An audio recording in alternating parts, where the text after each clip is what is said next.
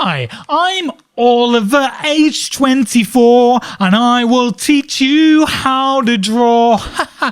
That's the theme song. Last week I was in my local cemetery and I bumped into Morty McFly from Rick and Morty. Well, at least we thought it was Morty, but it actually turned out to be one of the illustrators from the Rick and Morty graphic novel series, Marc Ellerby. So while he drew this basic picture of Rick, we asked him if he had any drawing tips for you guys. And he said, never stop drawing, which is probably why his arms are so feeble and limp.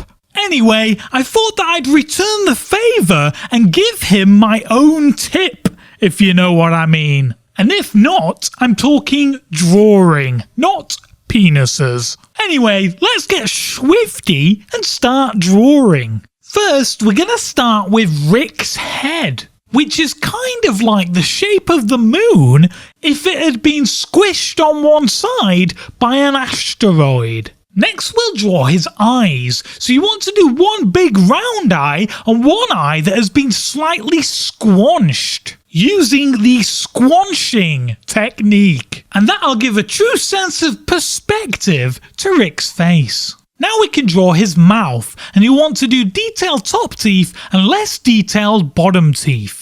And before we go any further, let's use a 3D skin colour for his skin and a darker 3D skin colour for the inside the head look inside the mouth. Next we're going to draw the lab coat, or as I like to call it, the art coat, because sometimes science is more art than science. Basically, I am Einstein, so don't be a Jerry and subscribe.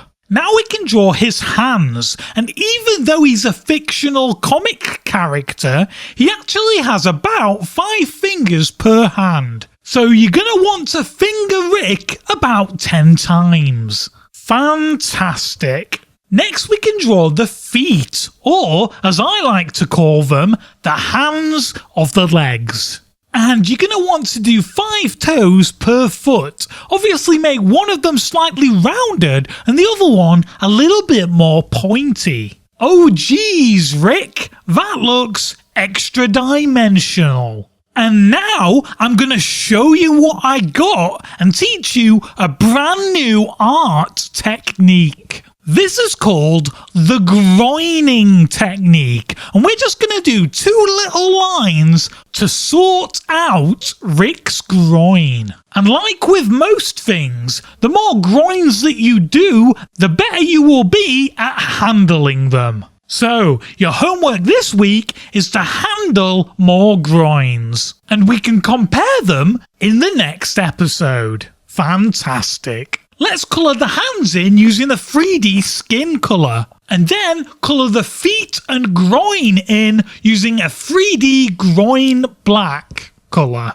Next, we're going to take a 3D Back to the Future blue, and we can use that to colour in his t-shirt. Now, if there are any experts watching, here's an advanced master art technique. We're actually going to add a lapel to his art coat using the lapelling technique, which actually originated in 1832 by monks in a monk house, or monkestry, as it is more commonly known.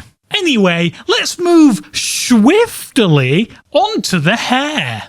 Now, what I'm going to do is just scraggle his hair all over his head, and it might look like I'm going over the lines and onto his face, but I'm not using a poopy butthole piece of software. I'm using a professional piece of software. And so, once I've finished drawing, kapow! It goes right behind the head. In your face, Jerry. Now it's time to crack out the monobrowing technique to add Rick's classic and famous monobrow. And I don't know if you've noticed, but monobrows are back in fashion for 2017. And speaking of fashion, let's add some drool to Rick's mouth. to show that his head is so filled with wisdom that his mouth can't contain it all. Fantastic. Now it's time to get schnorty and move on to Morty. Let's start with his head, which is actually a similar shape to Mr. Meeseek's head. A perfect 3D circle. Next we can add his eyes, one slightly round and bigger and the other slightly squanched. Obviously using the squanching technique once again. And likewise with his mouth you're going to want to do detailed top teeth and less detailed bottom teeth. Next we're going to draw his body, which is a lot like Rick's, except because he's a child it's much smaller. So you're going to want to do smaller arms, smaller fingers, smaller legs, and a smaller groin. Now, even though he's a child, he actually has the same amount of fingers and toes as Rick. So you're going to want to do the same amount of fingering and also toeing or foot fingering as it's called in the art industry. Next we can split his waist and split his arms to form t-shirt and trousers.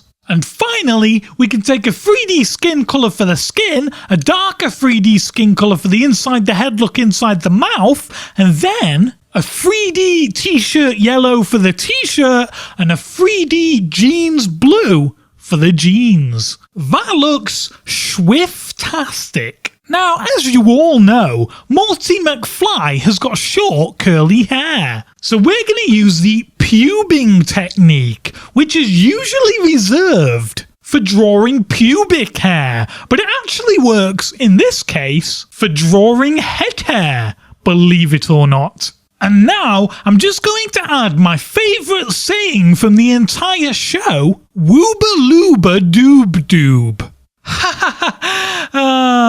Hilarious. Now I'm going to finish this professional piece of work off by adding my name and age. And then I'm going to tweet it to Marc Ellerby. Fantastic. And that's the end. So subscribe if you haven't already. Now, if you want to send me your artwork to get featured in a future video, you can email them to fanart@oliverage24.co.uk. Fantastic. Please leave a comment if there's anything that you are struggling to draw. And I, your senpai, will teach you. I'll catch you on the flip side. Thanks for watching. Goodbye. I am potato, I am potato, I am potato. Jesus, you're malicious. I am potato, I am potato, I am potato.